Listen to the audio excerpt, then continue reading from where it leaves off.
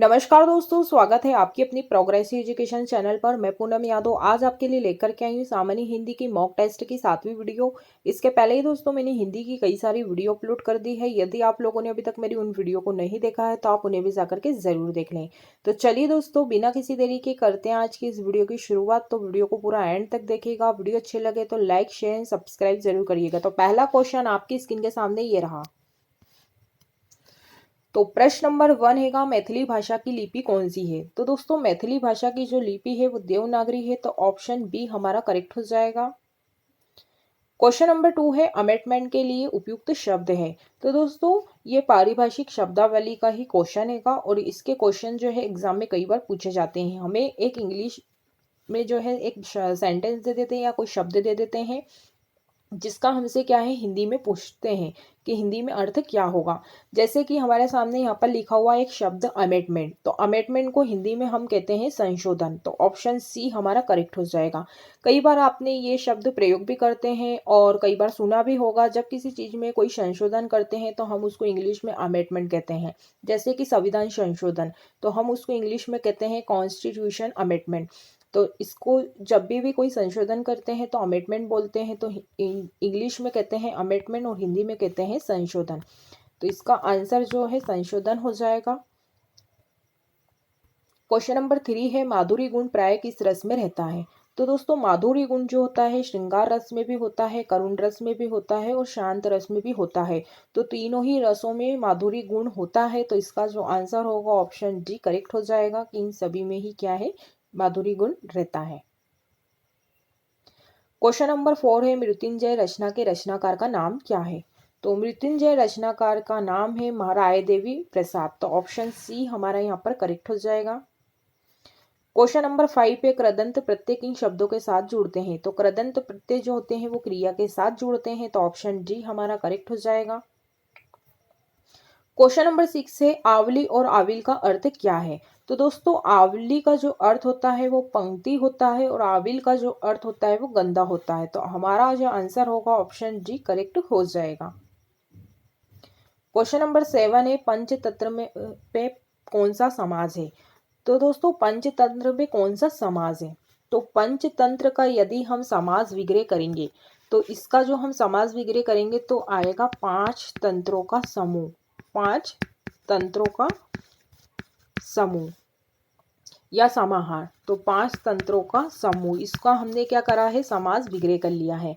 अब दोस्तों जब भी आपको ऐसा कोई समाज पूछा जाता है या कई कई बार आपको ने देखा होगा एग्जाम में ऐसे क्वेश्चन भी पूछे जाते हैं, तो आपको बिल्कुल भी कंफ्यूजन नहीं होना है।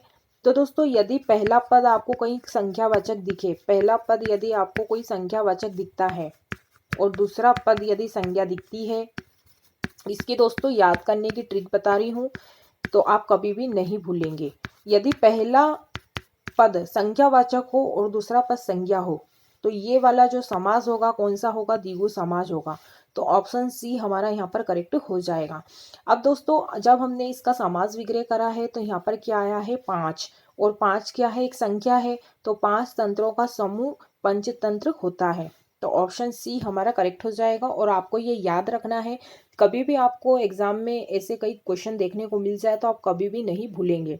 यदि पहला पद आपको संख्यावाचक दिखता है तो आप आंख मिच के द्विगु समास पर टिक लगा दीजिए। चलते हैं अब नेक्स्ट प्रश्नों की ओर। क्वेश्चन नंबर 8 है, रहीम कवि किस बादशाह के दरबारी कवि थे। तो रहीम जो कवि थे वो अकबर के दरबारी कवि थे, तो ऑप्शन डी हमारा करेक्ट हो जाएगा। क्वेश्चन नंबर 9 है, प्रतिवर्ष नदी में बाढ़ आ जाती है, वाक्य में किस प्रकार की संज्ञा है। तो दोस्तों यहाँ पर जो संज्ञा है यहाँ पर नदी है, और नदी एक क्या होती है एक जातिवाचक संज्ञा होती है, तो हमारा जो आंसर होगा ऑप्शन बी करेक्ट हो जाएगा। यदि दोस्तों ये नदी की जगह कोई नदी का नाम होता तो वहां पर फिर संज्ञा व्यक्तिवाचक संज्ञा होती, लेकिन यहाँ पर नदी है तो दुनिया में बहुत सारी नदियां हैं, तो उस जो संज्ञा होगी वो जातिवाचक होगी, तो ऑप्शन बी करेक्ट हो जाएगा। क्वेश्चन नंबर 10 है, किस विराम चिन्ह को गलती सूचक विराम चिन्ह कहा जाता है। तो दोस्तों जब हम कोई चीज लिखते हैं या कोई वाक्य लिखते हैं तो जब वहां पर जब गलती हो जाती तो हम वहां पर जो चिन्ह का प्रयोग करते हैं तो हंस पद चिन्ह का प्रयोग करते हैं, और इस ये जो चिन्ह होता है ये कुछ इस प्रकार का होता है। तो जब भी हमसे कभी बीच में गलती हो जाती है सेंटेंस लिखते समय, तो हम इस चिन्ह का प्रयोग करते हैं। अब दोस्तों लगाव विराम जो होता है वो कुछ इस प्रकार से होता है। पूर्ण विराम जो होता है एक डंडा होता है, और ऊर्ध्वरण जो चिन्ह होता है वो कुछ इस प्रकार से होता है।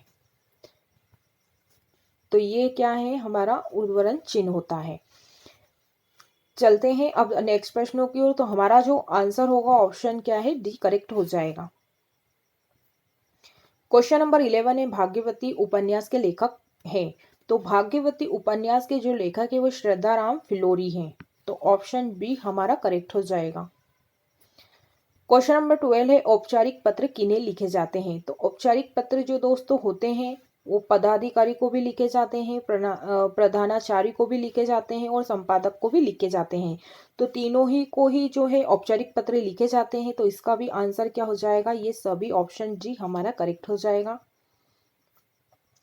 क्वेश्चन नंबर 13 है, प्रेम वाटिका किसकी काव्य कृति है। तो प्रेम वाटिका जो है रस खान की काव्य कृति है। तो ऑप्शन ए हमारा करेक्ट हो जाएगा। क्वेश्चन नंबर 14 है, तुलसीदास के गुरु थे। तो जो तुलसीदास के गुरु थे वो थे नरहरियानंद।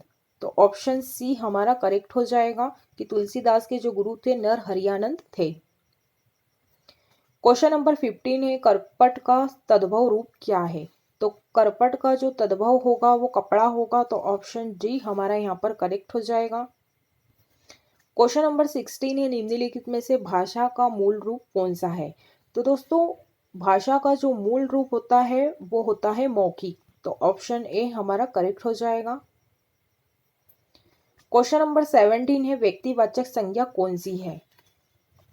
तो दोस्तों व्यक्तिवाचक संज्ञा पूछी हमसे कि कौन सी है। तो नदी क्या है, नदी जातिवाचक संज्ञा है। अभी इसके पिछले वाले क्वेश्चन में ही हमने देखा नदी एक जातिवाचक संज्ञा है। गाय भी क्या है, एक जातिवाचक संज्ञा होती है। दोस्तों जातिवाचक संज्ञा क्या होती है, जैसे कि नदी है। अब दुनिया में बहुत सारी नदी है तो उसको जातिवाचक संज्ञा कहते हैं। यदि उस नदी का ही कोई नाम आ जाए तो वो क्या होगा, व्यक्तिवाचक संज्ञा होगी। अब जैसे गाय, अब गाय क्या है, एक जातिवाचक संज्ञा है, लेकिन गाय के अंदर भी कितनी प्रकार की गायें होती हैं।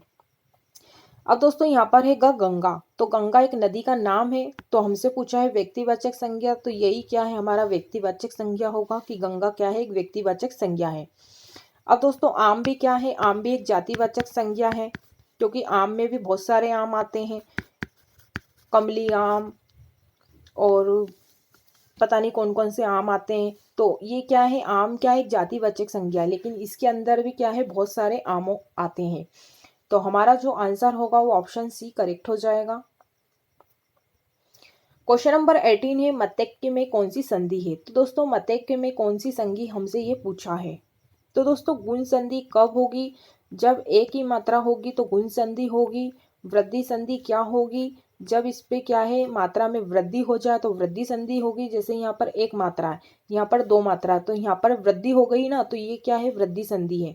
दोस्तों इसको याद करने की यही ट्रिक है कि जब भी आपको एक मात्रा दिखे तो गुण संधि, यदि मात्रा दुगनी दिखे तो वृद्धि संधि, क्योंकि यहाँ पर वृद्धि हो गई किसकी, मात्रा की, इसलिए यहाँ पर वृद्धि संधि।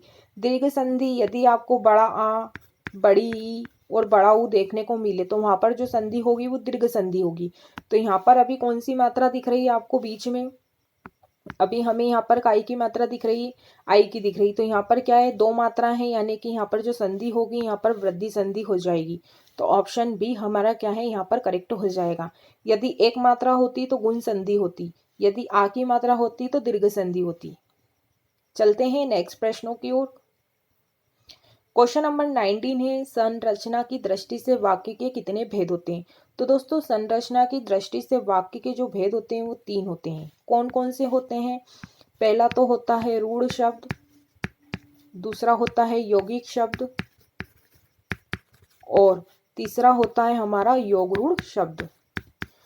तो दोस्तों रूढ़ शब्द क्या होते हैं कि जिनका हम सार्थक खंडन न कर सकते हैं, जिन्हें हम तोड़ नहीं सकते, वो रूढ़ शब्द होते हैं। यौगिक शब्द वो होते हैं जिनकी हम संधि विच्छेद कर सकें, वो यौगिक होते हैं। और योगरूढ़ क्या होते हैं दोस्तों, जितने भी बहुविग्री समाज के उदाहरण है वो सारे ही योगरूढ़ के अंतर्गत आते हैं। तो हमारा जो आंसर होगा वो तीन होगा, और तीन कौन से हैं तो ये आपके सामने लिखे हुए हैं। चलते हैं अगले प्रश्नों की ओर। क्वेश्चन नंबर 20 है आज की इस वीडियो का लास्ट क्वेश्चन है आपकी स्क्रीन के सामने। कौन सा शब्द गुणवाचक विशेषण है? तो दोस्तों हमसे पूछा है कि कौन सा शब्द जो है गुणवाचक विशेषण है। तो यहाँ पर है 10 हाथी। अब 10 हाथी क्या है? ये संख्यावाचक विशेषण है। 5 लड़के, ये भी संख्यावाचक विशेषण है। अब दोस्तों गुणवाचक पूछा है, क्वालिटी पूछी है। तो यहाँ पर क्या है? फूल लाल है, लाल फूल है। तो फूल की क्या है? यहाँ पर क्वालिटी बताना है कि फूल कैसा है, लाल है। तो जब भी किसी रंग की बात होती है तो वहां पर जो विशेषण होता है, गुणवाचक विशेषण होता है, तो ऑप्शन ए हमारा करेक्ट हो जाएगा। तो दोस्तों आज के लिए बस इतना ही। आई होप कि जितने भी आज हमने इस वीडियो के माध्यम से 20 प्रश्नों को देखा है, करा है, समझा है, आप लोगों को अच्छे से समझ में आ गए होंगे।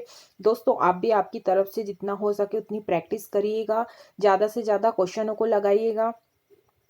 तो यदि दोस्तों आप लोगों को वीडियो अच्छी लगी है तो लाइक ज़रूर करिएगा और कमेंट बॉक्स में कमेंट करके ज़रूर बताइएगा कि आपको वीडियो कैसी लगी। यदि आप लोगों ने अभी तक चैनल को सब्सक्राइब नहीं करा है तो प्लीज़ चैनल को भी सब्सक्राइब कर ले, ताकि हमारी रोज़ की वीडियो के नोटिफिकेशन आपको मिलते रहें। तो दोस्तों आज के लिए बस इतना ही, मिलते हैं अगली वीडियो में। तब तक के लिए जय हिंद, जय भारत, धन्यवाद।